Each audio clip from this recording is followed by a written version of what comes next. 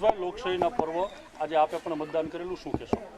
આજે લોકશાહીના પર્વમાં સહપરિવાર સાથે મારી ધર્મપત્ની સાથે આજે બોટાદ શહેર ખાતે નારાયણનગર પ્રાથમિક શાળામાં મેં મતદાન કર્યું છે અને લોકોને પણ અપીલ કરું છું કે આપ અને આપના પરિવાર લોકશાહીનો આ પર્વ છે એને આપણે આપણા પરિવાર આપ સૌ મતદાન કરી અને ભારત દેશની લોકશાહી બચાવવા માટે થઈ મતદાન કરી તેવી હું અપીલ કરું છું. ઉમેશભાઈ, આજે જે કોઈ ઉમેદવારો છે તેમના ભાવિ મતદાન પેટીમાં એટલે કે ઈવીએમમાં સીલ થશે.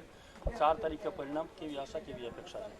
ચોક્કસપણે દેશમાં, સમગ્ર ગુજરાતમાં અને ખાસ કરીને મારા બોટાદમાં અને મારી ભાવનગરમાં લોકો સ્વયંભૂ મતદાન કરવા ઉમટી પડ્યા છે. આજે જોયું છે કે મતદાનની ટકાવારી ખૂબ ઊંચી આવી રહી છે.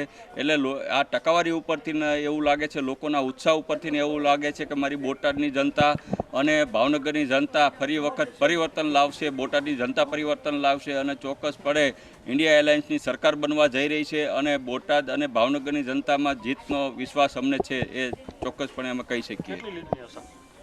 બોટાદની જનતા ચૂંટણી લડી રહી છે, ભાવનગરની જનતા ચૂંટણી લડી રહી છે, એટલે લીડ તો ખૂબ મોટી આવવાની છે. ઓકે.